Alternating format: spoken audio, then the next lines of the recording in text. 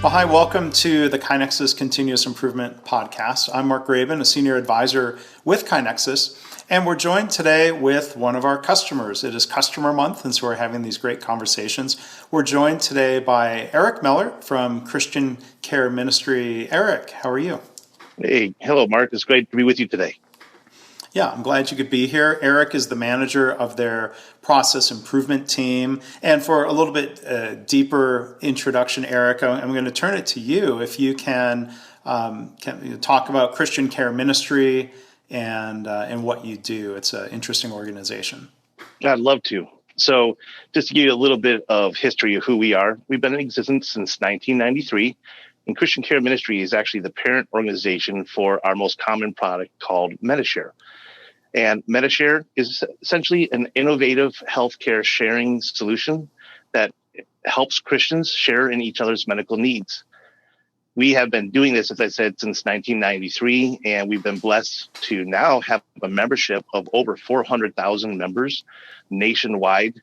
And as an organization, we come alongside them. We build a community of like-minded people who want to help one another with their medical needs, medical costs, and things along that part of a medical side of billing.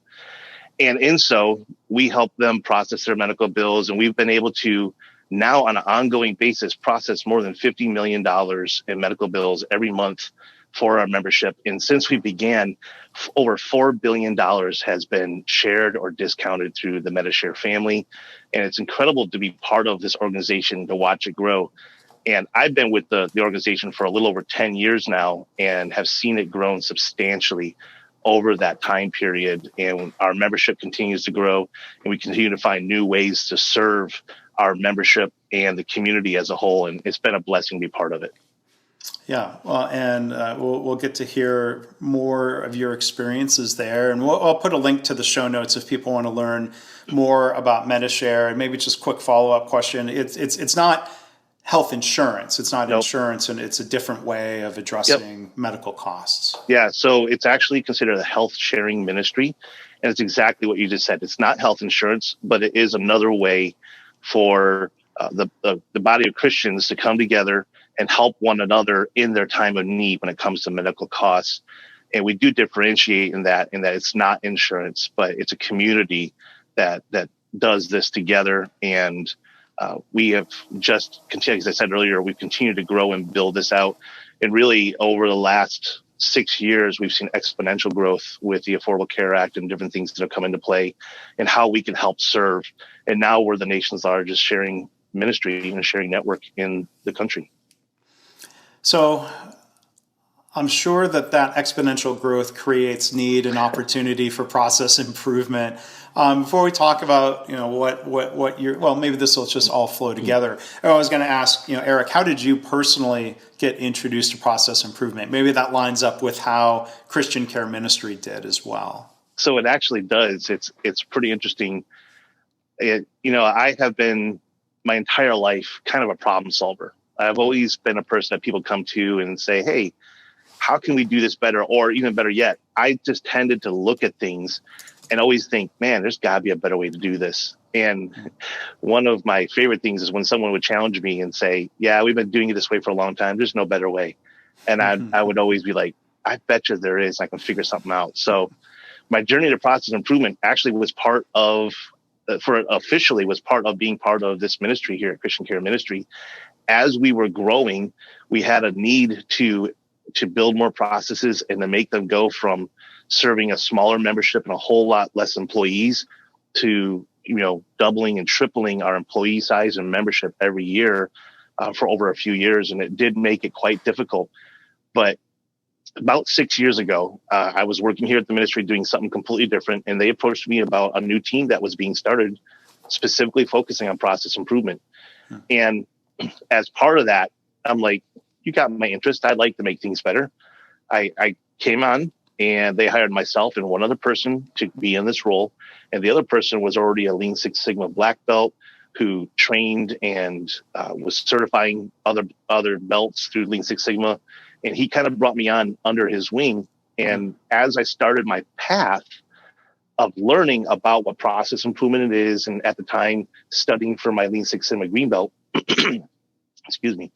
What was wild is I'm sitting there in the class, and as we're learning the methodologies of Lean Six Sigma, but all kinds of different ways of looking at process improvement. The whole time I'm sitting there going, well, that's what I was already doing, but there's a methodology to it. Hey, I never knew that this existed as a clear path and a career even. It just became even that much more exciting to find out something that was naturally part of who I am. Just started to come out and to see that there's a path that I could take. I could use this in a business organization to be able to make things better and to take this as a career path. Never in my life would I imagined that this is the path I would have taken, or been able to be a quote unquote expert in where I'm at in process improvement. But it's been pretty wild. It's been an exciting journey to take me through that process, and then also in the same methodology to take the business here through a process of learning what it is to be continuous process improvers. You're in that that camp where, I mean, I think we share the belief that everybody can participate in continuous improvement. Everybody should, but there's a group of people who are just wired as what I call intuitive continuous improvement thinkers, who really gravitate to it, who don't really need any prompting to do this type of thing. And your story is very similar to that of our KaiNexus CEO, Dr. Greg Jacobson. He, as a doctor, as a resident, he was wired that same way. And then somebody, I think his department chair gave him a copy of Masaki Imai's book, Kaizen. And like you said, Greg said, oh, there's terminology and methodology and frameworks to describe, I think, the way you both think. And so it's great to hear. And what's wild about that is you always think that you're kind of unique, and to find out that I'm not unique. There's a whole world of people out there that think like I do and kind of go down that path. So it's definitely been an exciting journey all the way through. Yeah. So one follow-up question. You said expert, quote unquote expert. What's some of your hesitation to use the word expert? Well, the biggest thing with process improvement, as I'm sure you're very aware, and hopefully many of the people who are watching or listening to this also, is process improvement, like so many industries or so many ways of doing things, is always evolving. So there's always something to learn. I am never, in my own mind, do I look at myself as an expert. Now, people here look up to me as being a leader in process improvement. And I enjoy teaching on process improvement. I enjoy mentoring. I actually manage a small team of process improvement analysts here at the business. So the word expert is the word that I don't like, because I think we always constantly keep learning. And to be an expert at something, in my mind, kind of says you've reached the pinnacle. You know all there is to know about it. And I'm always constantly learning, and I want to continue to do that. That's actually a life part of who I am, is to be always learning. Yeah. Well, I'm with you. I thought that was going to be the answer to the question, knowing a little bit about you and your background and your experiences, that humility to recognize. I mean, you can feel good that you're helping others, and clearly you have something to contribute to helping others, but I think representing that is really helpful when it comes to working with others and bringing them along in improvement. Like, to me, the expert implies that you're going to come in and have all the answers instead of coming in and engaging others. So maybe that ties into, I was going to ask if you can share, what is your approach to process improvement? How do you, at a high level, go about this within your organization? So you kind of nailed it right there. Is, if you're an expert, you come in with all the answers. And what we try to do here is to help people understand is we don't have all the answers. We have a methodology. We have tools in our toolbox. We have things that we can assist with. But we know that the people who are doing this process day in and day out, they're the experts. They're the ones who know what's going on, and they're extremely intimate. It's kind of like some of those old TV shows that I'll avoid giving the name of it necessarily, but someone's working on a car and they are really intimate with that car, and that car can make a little noise, and they know exactly what's going on because they're driving it and they're in it all the time. The same way, when we work with people around the business, they're the experts. We're just the ones who come in and say, hey, we can lead you through this path to figure out how to make your process better. And our approach here really has morphed over the years. So again, we started the official process improvement methodology and approach in the last 6 years. We've been building it and changing it. We've had some different changes in leadership. So we've had some different ways of looking at things. But the consistent has always been getting others to understand how they can make their systems better and how we can help walk them through it. We used to start off with focusing a lot on a lot of people getting full certifications and things along those lines. And that's not bad. I think that's needed. You need to have those people who have that extra level of education and know-how. But what we've really started focusing on more and more here at the business is how do we make sure that more people can be involved in process improvement, and it becomes that culture of process improvement rather than, and I'm sure you're very aware of this, you've seen it happen in business places where, well, they do process improvement. And that's one of the things that I have fought against for, really the last 4 or 5 years as I've led this team, is that concept of, well, they're the process improvement people. No, we're just facilitators. We're just the ones who lead it, and getting that knowledge out and trying to get people at all levels involved with everything from not just coming up with the ideas, but being part of the solution as well. That culture is what will change a workplace and will take you from the level of just doing process improvement to truly being continuous process improvement. And that's what we're trying to build here. KaiNexus has been a huge addition to our toolbox, and it's taken us a long ways towards that aim of what we can do in process improvement here. Yeah, and there's similar goal. Going back to Greg Jacobson and Masaki Imai's book Kaizen. Masaki Imai says Kaizen is everybody, everywhere, every day, doing some improvement. And we love when our customers share that vision and when they're working toward it. What you said about kind of shifting from being a doer to a helper is very similar to what we heard recent episode with Mary Huck and Lynn Howell from Memorial Health System in Ohio. They talked about a very similar evolution in their role as process improvement people. And I think that's a healthy evolution of coming in and being a facilitator instead of coming in and doing it for them. That's just, it doesn't work for so many reasons to come in and try to do it for someone.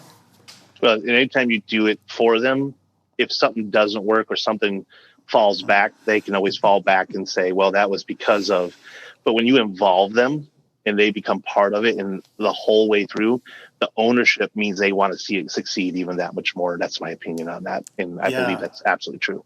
I agree. It's the difference between I'm committed to it and we've hit a roadblock, so I'm going to help figure out how to get past it, versus we hit a roadblock and we say, nope, sorry, tried it, didn't work. Yeah, exactly. That makes all the difference. So I'd be curious to hear, what were some of the challenges for Christian Care Ministry during COVID times? How did you address that? Well, it was definitely something that we weren't expecting, as so many of us were. We were kind of thrown off a little bit when COVID first started out, and taking us for a loop. We have a large employee base. We have around 700 employees scattered, primary office in Florida, one in Colorado, and then some remote workers. And all of a sudden we had to go to our entire workforce being remote. Now, I will say we, living in Florida, have to have a plan and preparation in place for hurricanes. So we're kind of familiar with how do we shut down and relocate and transfer some of our contact center and other services to other locations so that we can keep operational. But to do that with our entire landscape, including our backup site that we have, in Colorado, where our contact center is there, to be able to take over. So doing all of that at one time, it was pretty impressive. Believe it or not, our IT team worked amazingly in transitioning people to remote work, and we never had to shut down even for one day. Our customer base never saw a difference. We actually continued straight on through the whole thing and maintained the service levels that we wanted to keep. And a lot of that credit was due to the IT team and their hard work to make sure everyone had what they needed, get things set up, and then the teams here working together to support one another. So we made the transition initially to remote work. Now that opened in and of itself a whole new world of challenges, as we're all very familiar with. We become very familiar with how to do video conferencing, how to do things in a remote setting over that period of time. It's a bit different, especially as someone like me I'm a trainer, a teacher, an instructor. And how do we transition to some of that? And for a little while, we're all like, this will pass. We'll only be home for a month, 2 months, maybe. And when it started getting to 3 months, 6 months, 8 months down the road, we're like, okay, what do we need to do to adapt and start bringing things to some sort of normality in regards to keeping things going forward? And so we adapted. I adapted my classes to be able to teach them online, how to do those virtually through webinars and things like that. We adapted to how to lead projects, how to bring people in, and how we can set up things so that there's like homework where they can do it in between and bring that to be a little more productive. But the entire business really stepped up and figured out how to continue going forward so that both our employees and our membership never saw a gap. And just really proud of the work that has been done. It's been an adventure. We're just now starting to bring some employees back to office and try to see how we can continue to move forward. But we definitely learned a lot of lessons. Talk about process improvement. There were a lot of lessons to be learned through this time. And in some ways, we figured out there's certain things that maybe were a little bit more difficult, but we figured out new ways of doing things that actually are a whole lot more efficient in many areas, and we'll benefit from those going forward, and our membership will continue to benefit from that as well. Yeah, well, that's great. So I'd love to hear more, and I'm sure this is part of the pandemic story. When did KaiNexus become part of the equation for you there? How has the software and the approach and the people helped in the important work that you're doing, the important improvement work on top of it? Yeah. So KaiNexus, we initially found out about KaiNexus a little more than 2 years ago, and it wasn't we weren't researching for it or necessarily looking for it. Honestly, I didn't even have an idea to go looking for something like KaiNexus. We were trying to look at ways of how we might be able to do some new reporting to our executive level. And one of our executives found a blog article that someone at KaiNexus had written and sent it on to myself and my director and said, hey, take a look at this. You might be able to glean some ideas. And I was reading through the article, and it was well written, and it really spoke my language. It was speaking to who we are and what we do. And I started thinking, if they're writing blogs like this, let me find out more about who they are. Mm-hmm. So I did exactly what I guess the blog was probably there to do. I clicked the link and I started looking into it. And I started getting really excited about the possibility of what KaiNexus could do. Over the years, we have tried to find other avenues of how do we document our process improvement? How do we keep things together, organized, and everything else? And we've had product managers here for a long time, and they've had various software that we've tried to fit our process improvement process into a project management system. And it was okay, but it never really fit. And when I started looking into KaiNexus and finding out that they basically saw the same problems that we did, so they started designing a system for process improvement, I started getting very excited. My team started getting very excited. We got to go, it was 2 years ago now, to the KaiNexus conference and see what it's about, talk to some of the customers. I actually got a chance to sit down with multiple KaiNexus team members and talk to them about what is it really like, and really connected with the culture, the family, as it were, not only in the employees, but how they reached out to their customers and took care of them. And it really just took off. And just to be honest, we were sold. We knew that this is someone we wanted to partner with and we wanted to move forward with. So before COVID all started, we had about a year in KaiNexus that we were starting to set it up, learn about it, to build it, working with representatives, I'm sure by now that the people at KaiNexus have gotten tired of all the questions I keep throwing their way. No, they don't get tired of it. Trust me. That's good. It's fine. But it's been awesome being able to work with them and to ask those questions, to get answers, to see how they're developing and be part of the KaiNexus story, not just a customer, but part of their story. Because as we had to adapt, as we had to then take and go, how do we better take in ideas? How do we better push these out to where they need to be looked at, and then to work these projects? And then on top of that, as every business knows, there's no cookie cutter methodology to what your business wants to do with the data, how they want to see things. So we started throwing in customizations, working with the KaiNexus team, in gathering information from them and what we could potentially do, as well as working with our executive level and saying, okay, here's what we want to see. And the relationship has just been amazing, being able to work with them and adapt what we're doing, and not only adapt what we're doing here internally, but now use the KaiNexus system to take it so it's so much easier for the person doing it to absorb and to walk through the steps and to see it in one location. And that's something that we were missing greatly before we found KaiNexus. Was there was process improvement going on, but it was a project happening over here, a project happening over there. Everyone was in their own Excel spreadsheets. There was no centralized system that we were tracking everything. And if we were trying to, it was done by a few of us trying to push it into this project management system. But KaiNexus now has opened up the ability to many employees to be in the system, to be adding things and to be tracking them. And we can see it in one big picture. It's been just outstanding. And the growth that we've had over the last year, especially the last 6 months, with how we've developed and what we're using, and the ability to get more people involved, has been just exponential. And a lot of that is in part to the aid that we've gotten from KaiNexus, the system, and the people. And we like to say, the signing up to be a customer and partnering with KaiNexus, it's not just software, it's a team of people who help you get up and running and support you through that entire journey. So no, they don't get tired of the questions. We love it when customers reach out for help. That's why we're here. So I know some of what we've, even early on, we said, hey, what about this? Can we do this? We know some of it has gone into tickets, and we've been with KaiNexus long enough now that we get excited when we get the email that says, hey, that idea that you are part of, because it's part of the KaiNexus family, it's us, other customers, and the KaiNexus people, is now going live next month. Just want to let you know. And that, it sounds so small, but that really gets us excited because it shows that KaiNexus really is listening to its customers.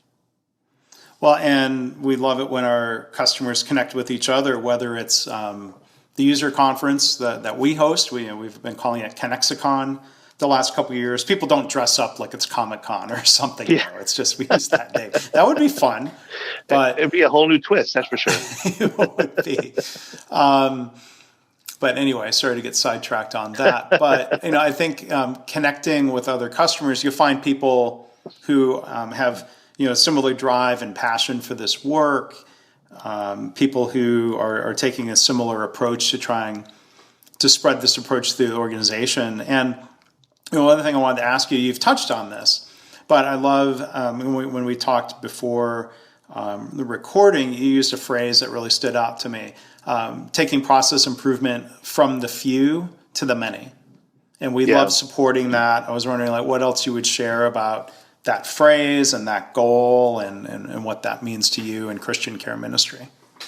So as I mentioned earlier in talking about changing the culture and getting more people involved, I've challenged the team this year as kind of our slogan that we're really focusing everything around that we're doing is taking continuous process improvement from the few, meaning those few people who are certified, those few people who have that extra level of education and training, and focusing them to do the work, taking it to the many, meaning as many employees as we possibly can being involved in the process.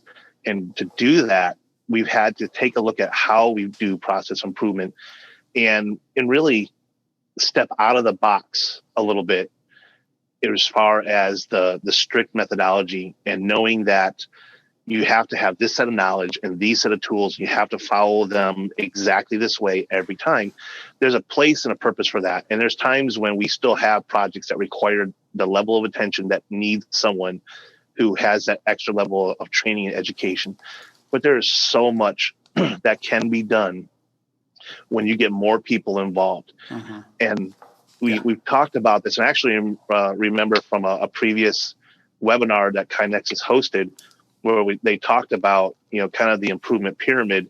And when you have your black belts and your green belts, there's only so much you can do with them. Mm-hmm. But when you take that and you start breaking it down to a wider population and getting more people involved, the exponential effect that occurs is outstanding. And so you may have someone in the larger group who has that next $10 million idea, but you may have, would you rather have one 10 million idea or 100 1 million ideas? Mm-hmm. And that's what we're looking at when we're talking about doing it to the many. Their improvements could be the next big thing, mm-hmm. or they could be the next thing that just makes life a little bit better for their fellow employees or for our membership. But you start adding that up, and like I said, it's not just adding one to another; it becomes exponential, mm-hmm. because not only are your improvements getting that much better and you're doing more, but the excitement starts to get there and people start looking at it and saying, hey, challenging one another, which ones did you work on or what did you submit? And so we're turning that corner from the few, the certified ones and the people who we say those are our process improvement specialists in those teams and whatnot, to really trying to get as many people involved every day. And even if it's a small improvement on a daily or weekly basis, those start to add up, and they add up for not only the value financially, but they add up for the value of what it brings to the business and organization that gets you to that process improvement culture that we want to see and happen, so that we're all thinking about it and it just becomes part of nature of who we are and what we're doing. So that's where that really came from. The few to the many was all about taking it out of the specialized and getting away from what we talked about earlier, where, they're the ones who do process improvement, and getting it to we do process improvement, and we're all working to make things better. That's beautifully said. And I think that's a great thought. I don't know how we topped that. Like that was just brilliant the way you said that. So maybe we'll just go ahead and close the podcast on that high note. Our guest again today has been Eric Mellert. He's the manager of the process improvement team at Christian Care Ministry. But as we've learned, the process improvement team, that in a way is the many. Yes. Everybody Absolutely. In the organization. But that takes leadership, that takes training and coaching and support and helping and facilitating, whatever words you would use. So Eric, thank you for doing all of that. And thank you for being a KaiNexus customer. We really appreciate you sharing some of your story and what you're doing here with us today. It's been great. We look forward to what the relationship with KaiNexus continues to grow into, and the great things that we both get to achieve at both KaiNexus and at Christian Care Ministry. Yeah, and we'll look forward to seeing you next year in person at KaiNexus 2022. Yes, I can't wait. Thanks, Mark. Appreciate it. Well, thanks for listening. To learn more about KaiNexus, the company, our software, and our team, you can go to www.kainexus.com.